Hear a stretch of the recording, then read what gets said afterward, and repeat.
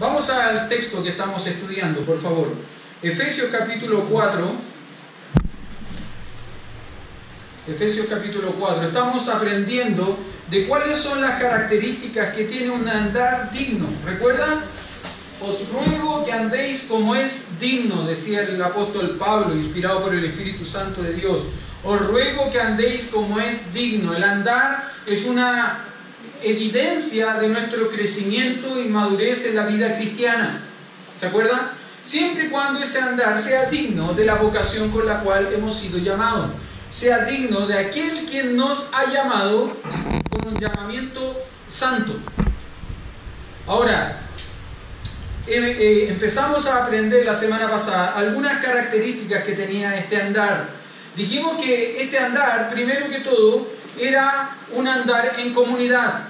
Usted no puede decir que anda dignamente de la vocación con la cual fue llamado aparte de una iglesia. Usted necesita relacionarse con una iglesia, crecer con una iglesia, madurar con una iglesia.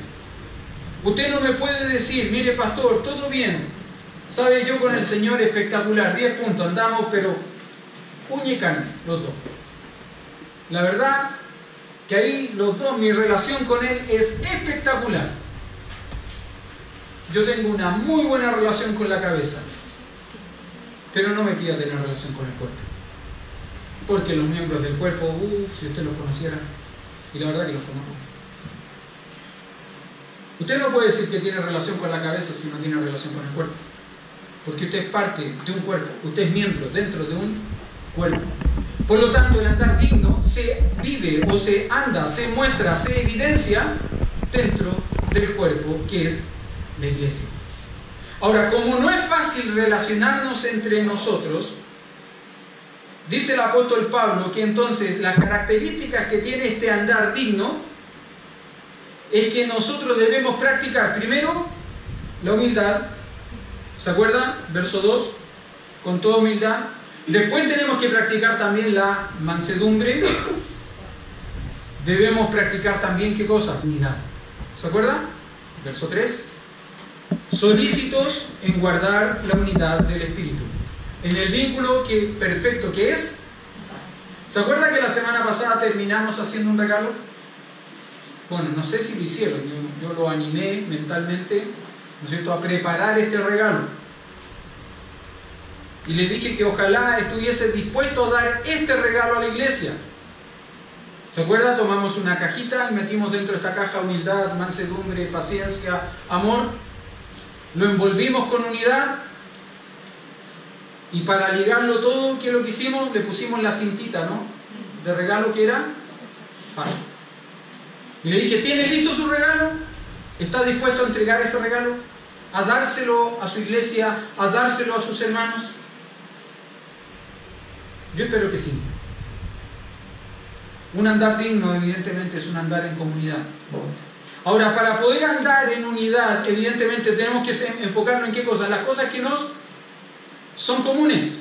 Y se acuerda que el apóstol Pablo relata entre el verso 4 y el verso 6 cosas que son comunes de la iglesia.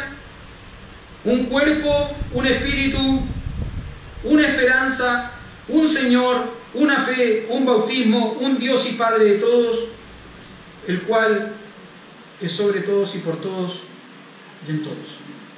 Entonces el apóstol Pablo, para hablar de unidad, evidentemente, primero fija la atención en aquello que nos ayuda a relacionarnos de buena forma los unos con los otros. Humildad, mansedumbre, paciencia, amor. Luego se enfoca en aquellas cosas que no son comunes. Todo esto que está entre el verso 4 y el verso 6. Pero ahora el apóstol Pablo nos va a empezar a hablar de aquello que nos diferencia y cómo esas diferencias que nosotros tenemos contribuyen al crecimiento y a la madurez del cuerpo. ¿Qué es lo que nos diferencia? Bueno, varias cosas, ¿no? Nos diferencia el tono de la piel, el color de nuestro cabello, nuestra estatura, nuestra contextura física, nuestra educación, de dónde provenimos. nuestro trabajo, nuestros oficios, nuestras habilidades nos diferencian. Pero todo ello debiese contribuir al crecimiento y a la madurez del cuerpo, que es el cuerpo de Cristo, que es la iglesia. Ahora fíjese cómo el apóstol Pablo va a hablar de diferencias que Dios estableció en nosotros. Verso 7. Pero a cada uno de nosotros fue dada la gracia conforme a la medida del don de Cristo. Pero a cada uno de nosotros fue dada la gracia conforme a la medida del don de Cristo.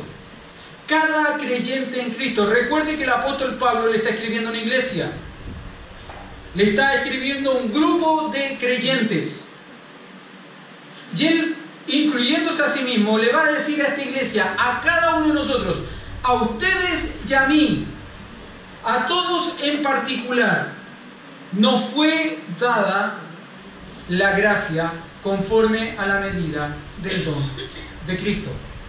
Cuando Él establece, cuando Él dice a cada uno de nosotros, Él hace dos cosas en esto. Primero, establece una individualidad, cada uno de nosotros. Todos los que están presentes aquí, que son hijos de Dios, están incluidos en este texto. Todos aquellos que han creído en Cristo Jesús como el Salvador de su vida están incluidos en este texto. Son individualizados por este texto, cada uno de nosotros. Pero no solo nos individualiza, sino que también nos responsabiliza respecto de aquello que nos fue dado. A cada uno de nosotros nos fue dada la gracia. ¿Cuál gracia? ¿Qué es gracia? Un regalo no merecido. ¿Sí? ¿Estamos todos de acuerdo en eso? ¿Sí? ¿Cuándo? En la salvación. ¿Sí? ¿Estamos de acuerdo que la salvación es un regalo que no merecemos, no?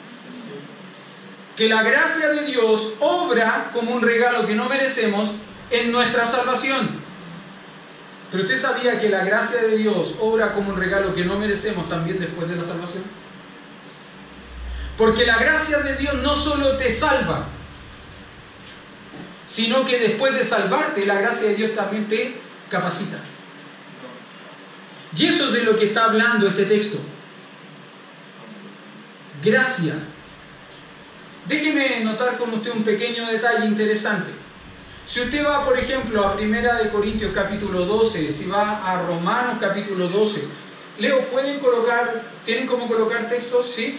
Coloca Romanos 12, desde el verso 1 al 8, por favor. Romanos 12, o vas avanzando.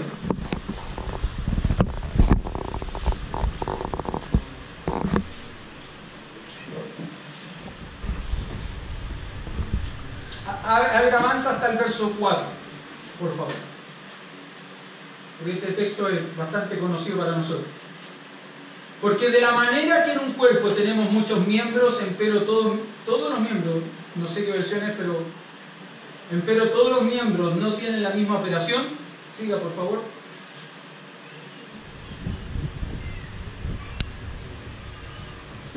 Déjeme buscar el texto mejor yo. Creo que va a ser mejor. Así le digo a Leo. Verso 6. De manera que teniendo diferentes dones, según la gracia que nos es dada, si el de profecía, úsese conforme a la medida de la fe, y empieza a enumerar una lista de dones espirituales, ¿verdad? ¿Sí? Vuelve atrás, por favor. Quiero que ponga atención en esta palabra, dones. ¿Ya? Por favor, ahora anda a 1 Corintios capítulo 12.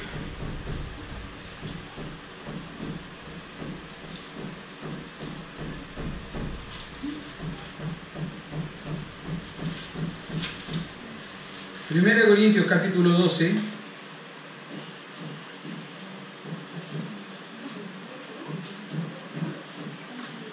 Sí. Y acerca de los dones espirituales, no quiero, hermanos, que ignoréis, sigue avanzando, por favor. Sabéis que cuando...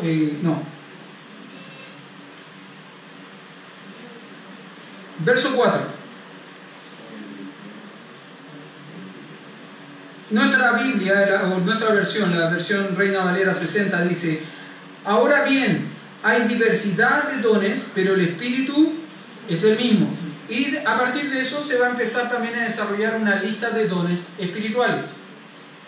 ¿Se acuerda que le dije que pusiera atención en la palabra don o dones? ¿Por qué razón? Usted sabe que la Biblia fue escrita no en español, sino que fue escrita en griego, el Nuevo Testamento, y el Antiguo Testamento fue escrito en hebreo y en arameo. ¿Sabe que la palabra que se utiliza para dones en Romanos y en 1 Corintios es la palabra carisma? Carisma, que se escribe charisma, carisma. ¿Por qué le estoy mencionando esto? Porque si usted ve el texto, el verso 7 en Efesios capítulo 4, la palabra que ahí aparece para don es caris o charis, que es la raíz de la palabra carisma. ¿Qué fue lo que les dije? Que la palabra, en el versículo 7, la palabra, ya me equivoqué, no era don lo que quería decir ahí, la palabra gracia, eso es, la palabra gracia que aparece en el versículo, don o dones en Romanos y en 1 Corintios. ¿Por qué le estoy diciendo esto, hermano? Porque nosotros tenemos que entender como creyentes que la gracia de Dios no solamente nos salva, sino que la gracia de Dios también nos capacita después de salvarnos con dones. Y el texto dice que a cada uno de nosotros ha sido dada la gracia de Dios. A cada uno de nosotros ha sido dado un don. Déjeme hacerle una pregunta. ¿Conoce su don? ¿Sí? ¿No? ¿Sabe cuál es su don? Primero que todo, ¿sabe cuáles son los dones? Ese es un buen estudio, ¿no? Poder conocer e identificar los dones. A veces en el mundo hay gente que dice lo siguiente: Dios me dio el don de la música. ¿La música es un don? Un talento. A veces hay hombres que dicen: Dios me dio el don del fútbol. ¿El fútbol es un don? Es un talento. Y algunos sí. Tan lento. Dentro de la cancha. ¿Se imagina que Marco dijese: Dios me dio el don de la pintura? O Abel dijese: Dios me dio el don de la carpintería. ¿Son dones? Son habilidades que se transforman en oficios en el tiempo. No son dones, son talentos. ¿Cuál es la diferencia entre un don y un talento? O una habilidad, perdón, un don y un talento. Que un talento es una habilidad natural con la cual uno viene. Pero un don es una habilidad espiritual que Dios regala, que Dios pone en la vida de un hombre, de una mujer que ha depositado su fe en Él para que le sirva. Hace un tiempo atrás les preguntaba: ¿cuántos de ustedes tienen el don de exhortación? Algunos levantaron la mano. ¿Cuántos de ustedes tienen el don de servicio? Otros tantos levantaron la mano. ¿Cuántos de ustedes tienen el don de evangelista? Otros tantos levantaron la mano. Lo que no quiere decir, hermano, que porque usted no tiene el don de evangelista no deba predicar el evangelio, ¿no? O que porque no tiene el don de servicio usted no sirve. Yo quiero decirle una cosa, hermano. ¿Usted quiere servir en la iglesia? ¿Sí? ¿Quiere servir con su don? ¿Usted tiene el don de enseñanza? ¿Sí? ¿Usted tiene el don de exhortación? ¿Tiene el don de evangelista? ¿Tiene el don de enseñanza? Lo dije, ¿no es cierto? Sí. ¿Quiere servir con ese don en esta iglesia? ¿Sí? Yo primero lo quiero ver sirviendo como una escoba. Primero lo quiero ver sirviendo con un trapo, con un paño, con cloro, limpiando baños. Usted iba a demostrar cuán dispuesto está realmente a servir al Señor. En unas semanas más va a venir el pastor Jared Park. Es un misionero que está sirviendo y armando un equipo de trabajo para ir a campamentos de Tierra Alta. Algunos de nuestros jóvenes ya fueron este verano recién pasado. ¿Sabe una de las cosas que me llama la atención cuando se conforma el equipo de un campamento? Es que la gran mayoría de la gente quiere ser consejera. La gran mayoría de la gente quiere ser parte de programación, los que programan los deportes, las actividades. Pocos quieren ser lavaplatos, pocos quieren ser lavamanos. Pero la gente que mejor sirve como consejero es la que mejor lava platos. La gente que mejor sirve como parte de programación es la que mejor deja limpios los baños. Porque entiende una cosa, que su servicio es a quién? Al Señor. Y que Él necesita ser visto y reconocido ¿por quién? Por el Señor, no por el ojo humano. Pero a nosotros, ¿qué nos gusta? El ojo humano. El reconocimiento del hombre. Y ahí fallamos. A cada uno de nosotros, dice el texto, pero a cada uno de nosotros fue dada la gracia conforme a la medida de ¿qué? Del don de Cristo. Donde gracia, caris, es el origen de los dones. Un regalo que no merecemos. Un regalo que no merecemos. Luego, a partir del verso 8, comienza un pasaje un tanto complejo. Que pareciera que es un paréntesis, que está aislado, porque el apóstol Pablo va a hablar de dones. Entonces uno dice, ¿qué tiene que ver? Si va a hablar de dones, ¿qué tiene que ver lo que introduce desde el verso 8 al verso 11? Mire lo que dice desde el verso 8 al verso 11. Por lo cual dice, subiendo a lo alto, llevó cautiva la cautividad y dio dones a los hombres. Y eso de que subió, ¿qué es? Sino que también había descendido primero a las partes más bajas de la tierra. El que descendió es el mismo que también subió por encima de todos los cielos para llenarlo todo. Texto complejo que da pie a más de una interpretación. Hay más de un pensamiento doctrinal o teológico respecto de este pasaje. Voy a tratar de explicarlo. Voy a tratar de la forma más simple posible. ¿Ok? Verso 8, por lo cual dice, subiendo a lo alto, llevó cautiva la cautividad y dio dones a los hombres. El verso 8, hermano, es una referencia al Salmo 68, verso 18. ¿Lo puedes colocar en la pantalla? Salmo 68, 18. Dice lo siguiente, el Salmo. Subiste a lo alto, cautivaste la cautividad, tomaste dones para los hombres y también para los rebeldes, para que habite entre ellos Jehová Dios. Lo interesante de esta referencia o de este texto, le dije que el verso 8 es una referencia al Salmo 68, 18. Es que no es una referencia o cita literal. Si usted hace la comparación entre el verso 8 y el verso 18 del Salmo 68, no es una referencia o cita literal. Ahora, debemos entender que si Pablo está siendo inspirado por el Espíritu Santo de Dios, que inspiró a David a escribir el Salmo 68, tanto Pablo como el Espíritu Santo conocen bien la cita del verso 18 del Salmo 68. Por lo tanto, el cambio que Pablo hace al escribir el verso 8 es un cambio intencional. Intencional. ¿Cuál es ese cambio? Es lo que vamos a ver. Pero antes de ver eso, déjeme explicar el propósito que tuvo el Salmo 68 cuando se escribió. Salmo 68 tiene un propósito doble. Primero era celebrar la conquista de Jebús. ¿Qué fue Jebús?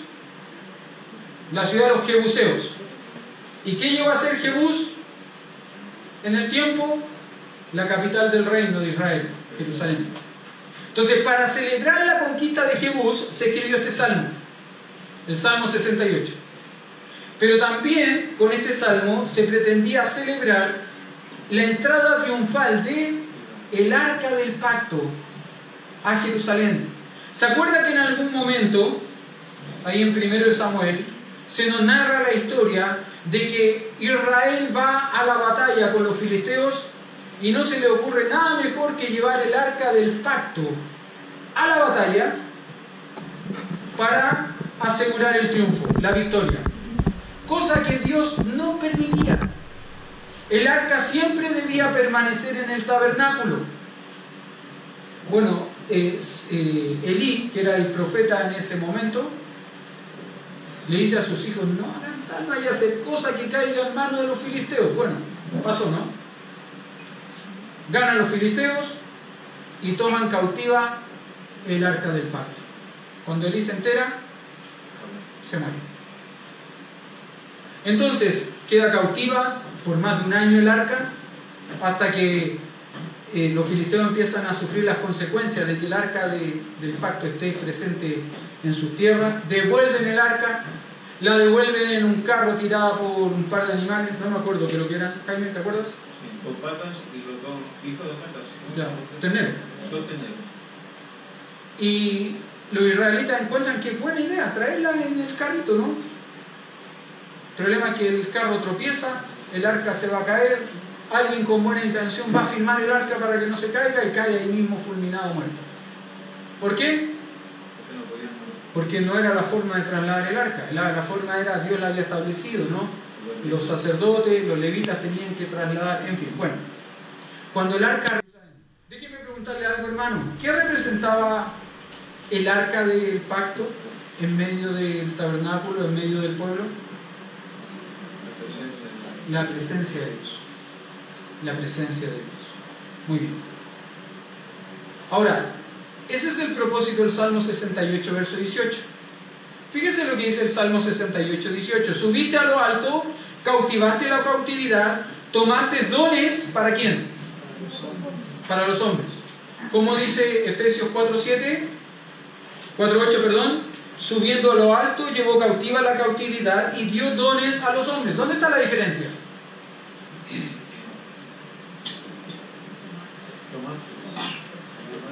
Que el Salmo dice tomaste dones, y Efesios, ¿qué es lo que dice? Dio dones. Y aquí hay una aparente contradicción, ¿no? Sí, hay una aparente contradicción. Por un lado dice tomaste y por el otro dice diste. Bueno, déjeme decirle una cosa. Un rey victorioso, ¿qué es lo que hacía cuando, después de ganar la batalla? Tomaba de los despojos del ejército perdedor. Esos despojos se transformaban en su botín de guerra. Pero ¿qué es lo que hacía con esos despojos y ese botín de guerra que él tomaba para sí? Lo repartía además a su ejército, a su pueblo. Además de eso, hacía otra cosa. Él entraba triunfante en medio de su pueblo, desfilando con su ejército.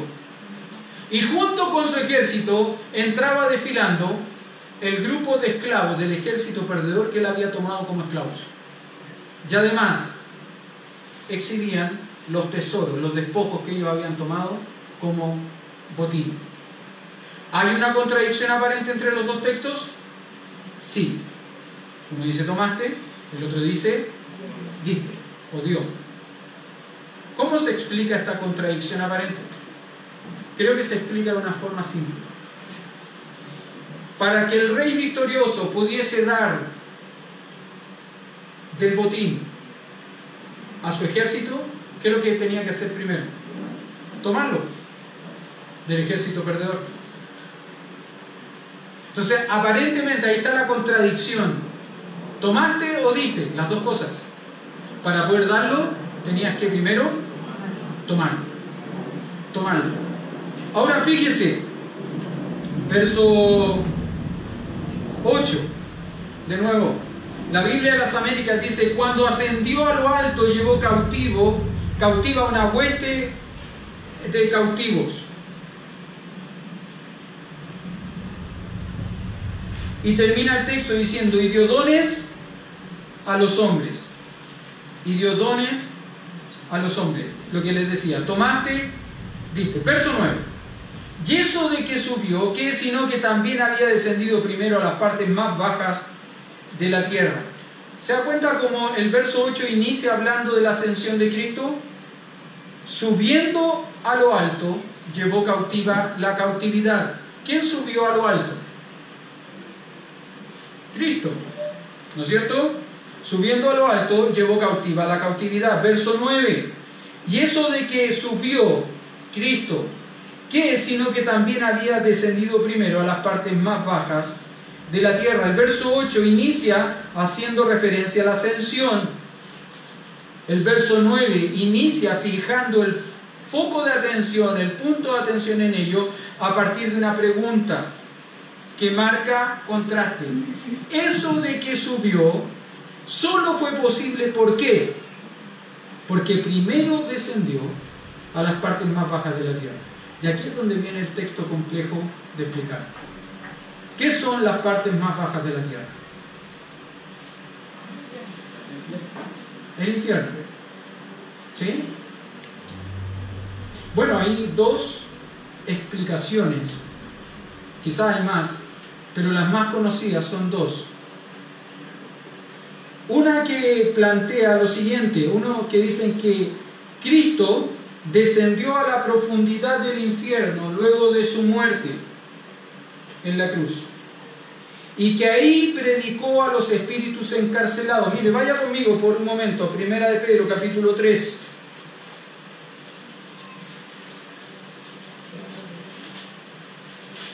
Primera de Pedro, capítulo 3, versos 18 al 20. Porque también Cristo padeció una sola vez por los pecados, el justo por los injustos, para llevarnos a Dios, siendo a la verdad muerto en la carne, pero vivificado en espíritu, en el cual también fue y predicó a los espíritus encarcelados, los que en otro tiempo desobedecieron, cuando una vez esperaba la paciencia de Dios en los días de Noé, mientras se preparaba el arca, en la cual pocas personas, es decir, 8, fueron salvadas por agua. Bueno, algunos dicen que este descenso de Cristo a las partes más profundas de la tierra se refiere a este pasaje. Que Cristo, entre su muerte y resurrección, fue y predicó a los espíritus encarcelados, descendiendo al infierno, para predicar a estos espíritus que están ahí condenados. Es difícil de aceptar, es difícil de creer, es difícil de entender. Bueno, hay hermanos que se niegan rotundamente a esta posibilidad y dicen, imposible. Cristo no pudo haber ido al infierno. ¿Cómo Cristo va a ir al infierno?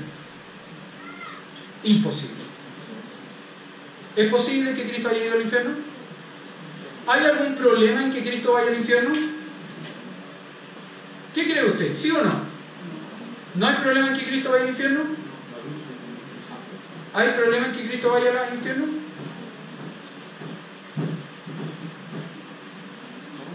¿No? ¿Sabe cuál es mi problema?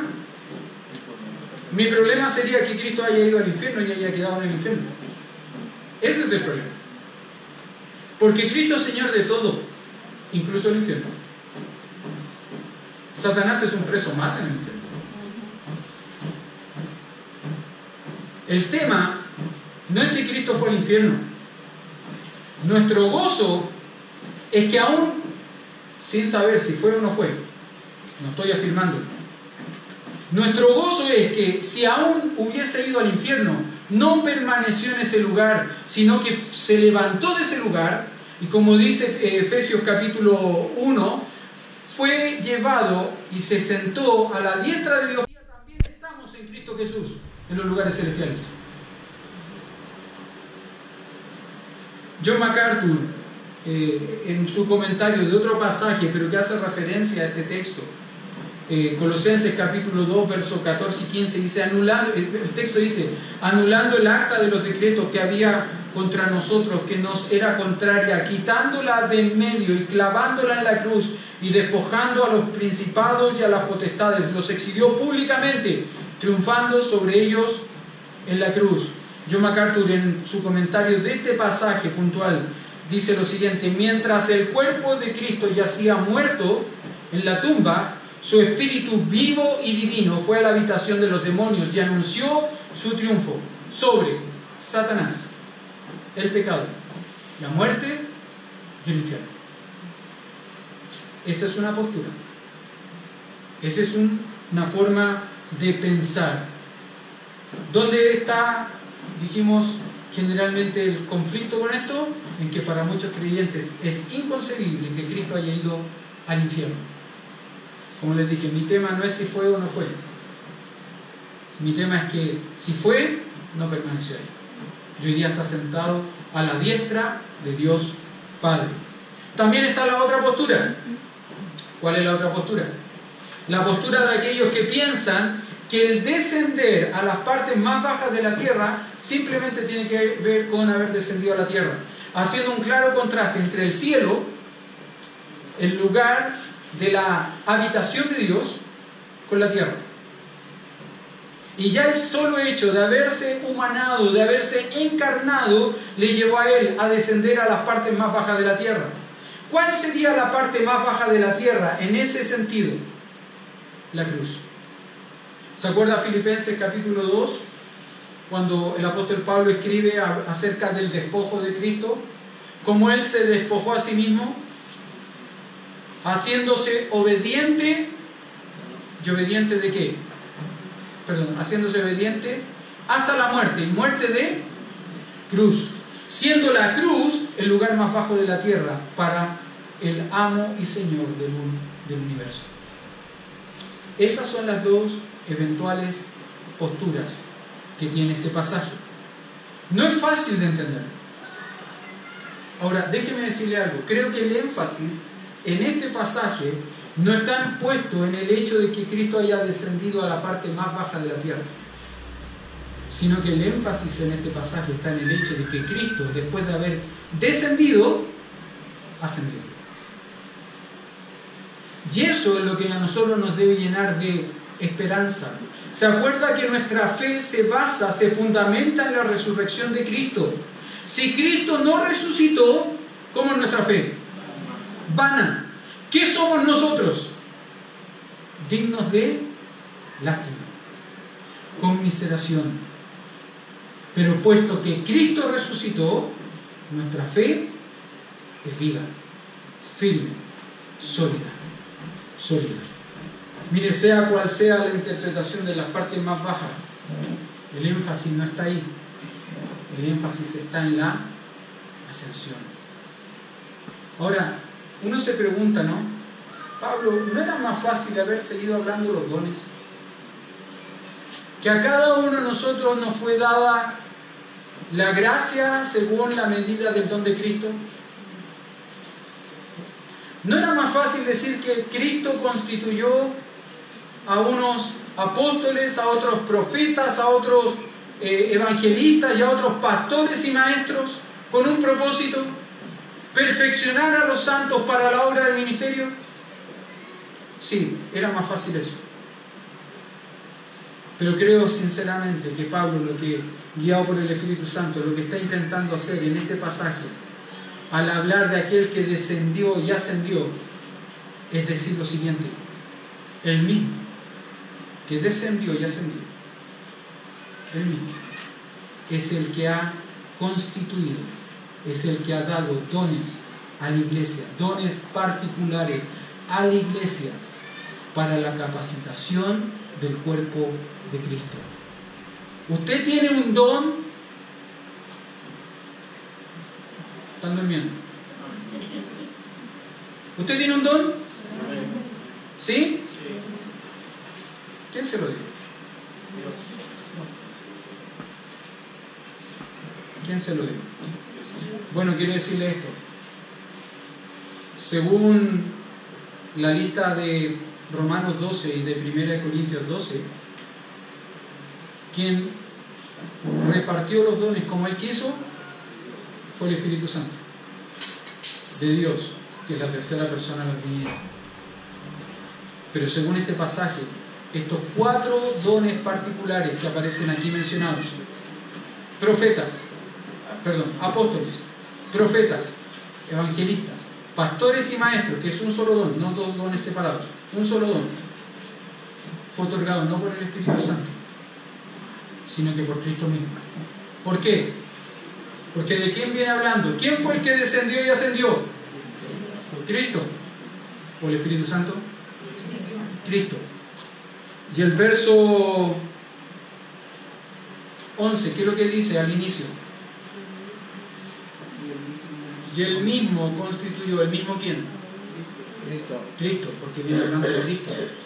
No viene hablando ni de Dios Padre, ni de Dios Hijo, sino de Dios, ni de Dios Padre, ni de Dios Espíritu Santo, sino de Dios Hijo.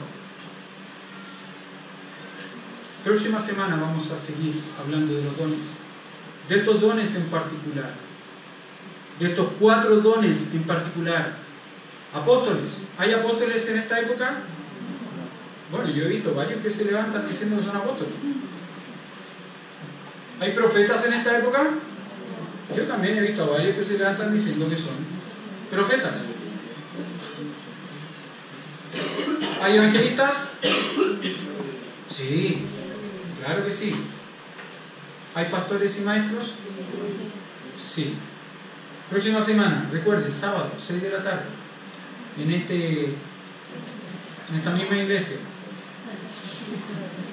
Quería decir en este mismo canal, no, en esta misma iglesia. Seguiremos aprendiendo acerca de estos dones.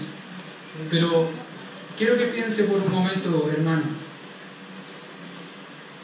Quiero que piense por un momento. Aquel que descendió y aquel que subió lo hizo para llenarlo todo y en todos. Él es Señor de todos y de todo. De todos y de todos. Y Él debiera ser su Señor. Amén. Vamos a orar y terminamos. Querido Padre Celestial, gracias por este tiempo que nos regalas con tu palabra. Y ahora, Señor, al despedirnos, permite que podamos ir a disfrutar de una hermosa tarde con nuestras familias, pero también podamos ir a disfrutar pensando, reflexionando en aquello que tú has hecho por nosotros, aquello que tú nos has dado a nosotros, como un regalo de tu gracia, para que podamos ser de bendición al cuerpo de Cristo. Lo pedimos por los medios de Cristo Jesús nuestro Salvador. Amén. Señor les bendiga, hermanos. Estamos despedidos.